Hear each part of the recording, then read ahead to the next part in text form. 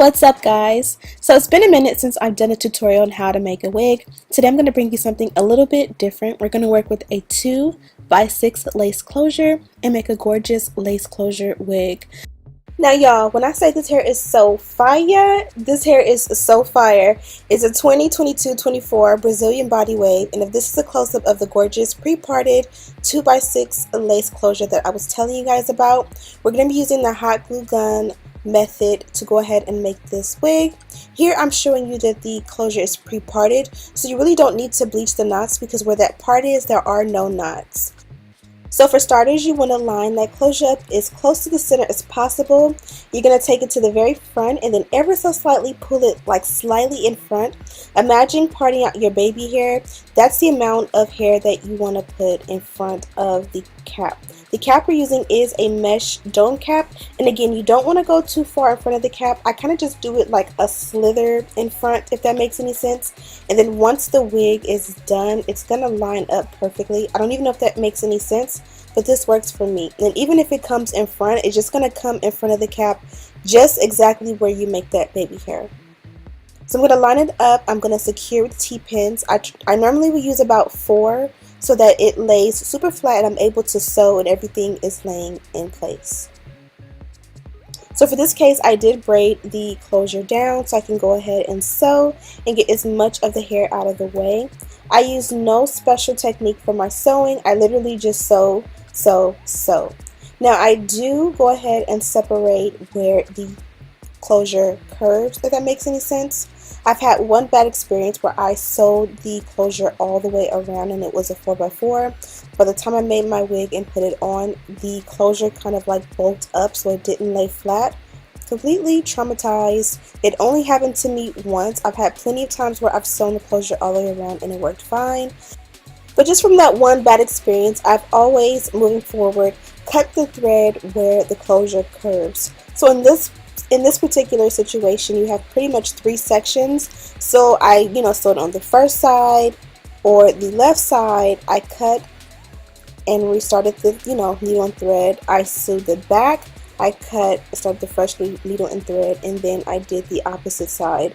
I'm getting a little bit tongue twisted explaining this. I don't know why, but hopefully that makes sense. So that way, whenever you put the wig on your head, if it has to stretch, if it's, your head is smaller, no matter who puts the wig on, the closure will conform to the head and lay flat, opposed to if it went around all the way with one stitch, it pretty much has that opportunity to buckle if put on the wrong head. Hopefully that makes sense.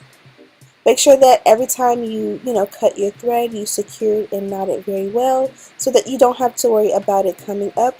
Again, you guys can see I used no professional technique. This technique works for me just fine and everything is laying super flat. Nothing is out of place. That closure in the front lays perfectly in the front and I have no mistakes.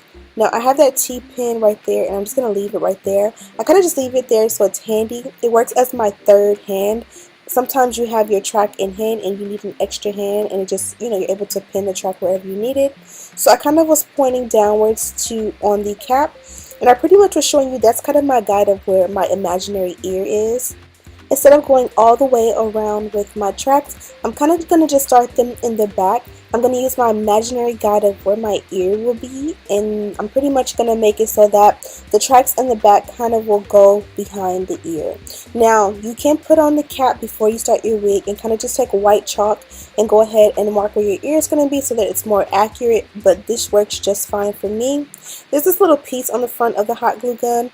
All the ones I've ever used had that piece and I kind of just use that to press the glue in. The glue is extremely hot, so if I don't use that piece, I'll use the back of my nail, but it definitely burns, so I would recommend using that piece to kind of press it in because you want to make sure that your track and your glue is all melted in so it makes a nice thick sandwich, opposed to the glue just sitting on top of the track and everything just not, meshing that well. So I'm going to show every single track. I did not cut out anything. I tried to leave everything in because every time I do this, you guys will tell me I left in an important part. And I promise you I've never deleted an important part. Anything that I've ever cut out in a previous hair tutorial regarding making a wig was just literally repetitive, doing the same thing over and over and over. You know what I mean? So here we're still going around in the back. I did start off with a 24-inch bundle. Also, I forgot to mention a very important part. I'm using a small glue gun, and I also have a large one. I just find the smaller one is easier to maneuver, but I have both and I use them both just as much as the other. So if you're confused on which one to get, the smaller one again is easier to maneuver and to store. The bigger one obviously spills out more glue, and it gets a lot bit hotter actually than the smaller one in my opinion. And I'm using black glue sticks so that you won't see the appearance of all that white glue as much as you do in previous tutorials. Now I still use the clear glue sticks as well, but I kind of just go back and forth. But again, the black glue sticks just make less of a mess. Now here I'm showing you when I cut a track, I kind of pinch the end and I kind of just pull that excess hair out. Whenever you cut a track, you're kind of unwinding the hair, so it's going to cause a lot of shedding. So I kind of like to pull at or tug at the tip just to make sure I kind of pull off that excess shedding so I don't have to worry about the hair shedding once the wig is done and I'm walking around trying to be fabulous. And as you guys can see with every track, I go ahead and I make sure I press it in. That's key to me because I don't want these tracks lifting or falling out. A lot of times I get questions about how long these wigs last. Honestly, I can't say. I've worn a hot glue gun wig for like 3 months straight and not really had many problems. You may find here and there that one track may lift. You just put it back on your mannequin head and just kind of re-glue it down. Whenever you have dry glue and then you put fresh hot glue on top, it kind of melts that dry glue, so it kind of is like it works in your favor to, you know, touch up here and there. But I've also dyed hair on this channel. If you've been following me for a while, you know that. Oh, I'm just rambling. This is the last piece of the 24-inch. I did not want to get rid of it, so I just kind of put it at the back center. And you guys can see it works fine. You want the weight or the thickness to be in the back center and not necessarily in the front, so that it just looks a little bit more natural. Now I'm only working with 3 bundles of hair, and you're going to see how I run out a little bit in the front and I finesse it. But the way my mind thinks with these wigs are, you kind of want it to be super full in the back. You want it to be more closer together in the back and nice and flowy in the front, maybe a little bit less thin. But of course, if your preference is to have it full all over, I definitely would recommend, you know, using more hair. So because I had that one track in the back and it sat in the center, I just decided to go off of that and just kind of go around that and just gradiently get my tracks longer and longer. Now again, I'm doing this because I want the weight in the back. I don't want to put the tracks from like the end of the cap to the end of the cap, because that's going to make the hair evenly distributed, and in a way it's going to make it heavier on the sides. Again, we have that imaginary ear on the side, and you kind of don't want your wig to be super full where your ear is or where your sideburns is. It's definitely not necessary in this case. There are cases, like again, where you want your wig to be super full, super voluminous, super Beyonce, and that works too. But this is just going to be like a normal everyday wig. We don't want it that full in those areas, which is why we kept the tracks shorter right there. Now as you guys can see, I'm not cutting any clips out. You guys can see every track that's laid. I did kind of cut out like some of the like laying the glue or the measuring, but you see how every single track is laid. This is where we are so far, and I kind of just like to check my work, and everything seems to be laying flat. What you guys see is crimped is just the texture of the hair or how it is, you know, currently crimped, but the actual wig lays super flat. Now we're going, you know, cap to cap again. We've worked our way around, and at this point I kind of feel good. I feel confident, like I have enough hair. That was wrong. Whenever you are doing a wig, always purchase 4 bundles of hair if you're going to do your tracks close together. As you guys can see, I'm not necessarily stacking the tracks so close that they're going to like be bulky, but I'm also not necessarily leaving space, which is typically how I like to do my wigs. And in this case, 3 bundles was just not enough. This is my last track, and at this point I kind of felt like I had enough. So I laid a track all the way around from one end of the cap to the other. I kind of realized, hey, this might not be enough. So let's go ahead and add 2 tracks around the closure, just so that when I take the hair down, you can't see anything and it looks full. This worked in my favor so much. Definitely, if you're going to be into wig making and styling hair, sometimes you have to learn the art of finesse. So I'm going around this track and I'm just going to go ahead and lay it as flat as possible. And you guys are going to see, unfortunately, I ran out of hair. Now this hasn't happened to me in years. Now, whenever a company wants to send hair, I always get 4 bundles. A lot of the times I will end up with a whole extra bundle, but I don't like to play by chance, and in this case, I'm reminded why I don't.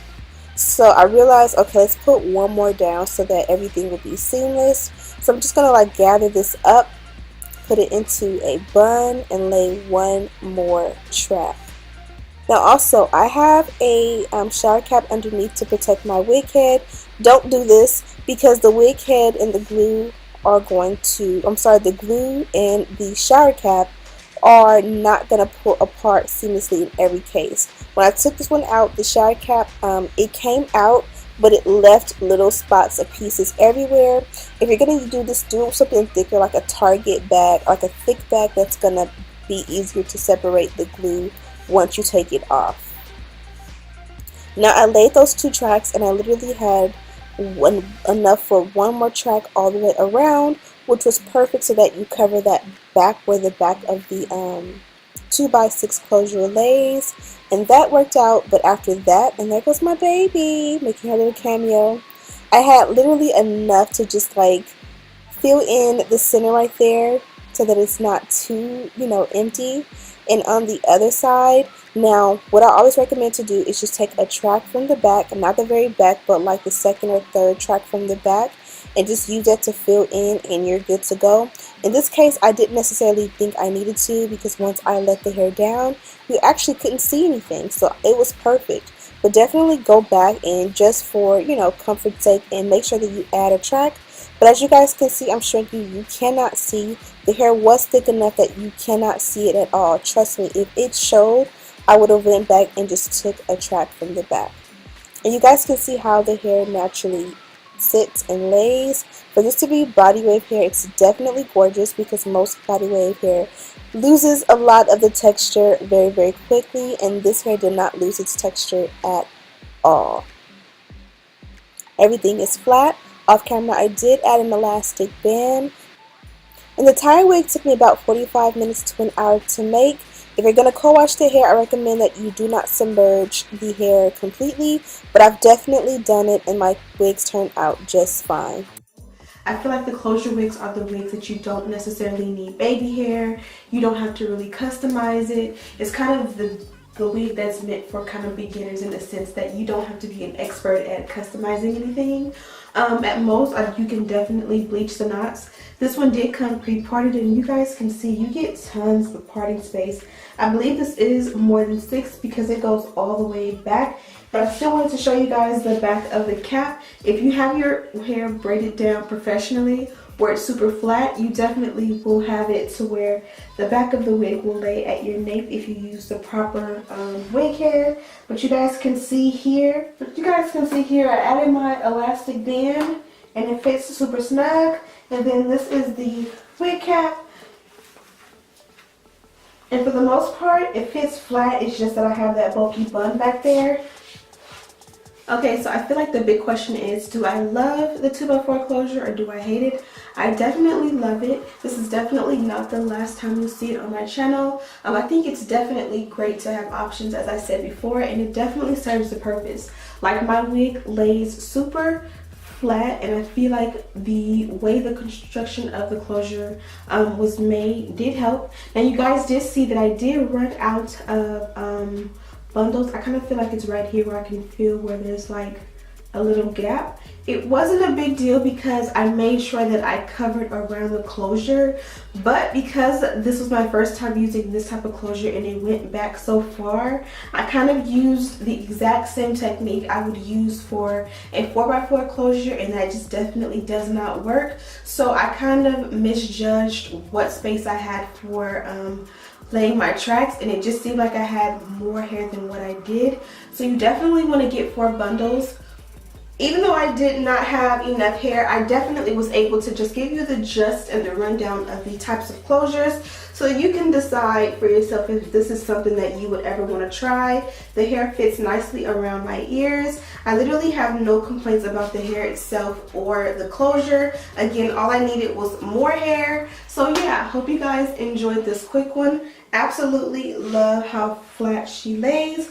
I did make her on a mannequin head that fits my head perfectly, so that's why the wig came out so tight and like perfect from my head. So if you want, I can leave it down below, and this is the mannequin head I use. They come in different inches, so you just will take a measuring tape and literally measure around your hair, like where your wigs usually start. Mine is 21, so that's why I have a 21. If yours is 20, I think 21 and 22 are the most common. So yeah, don't forget to check out DYHair777. They did provide this hair for this video, and they are great with the quality and texture of hair. So if you're interested, I have everything linked in the description bar. Thank you guys so much for watching. Don't forget to like, comment, subscribe, and share this video with your friends. And as always, I'll see you in the next one.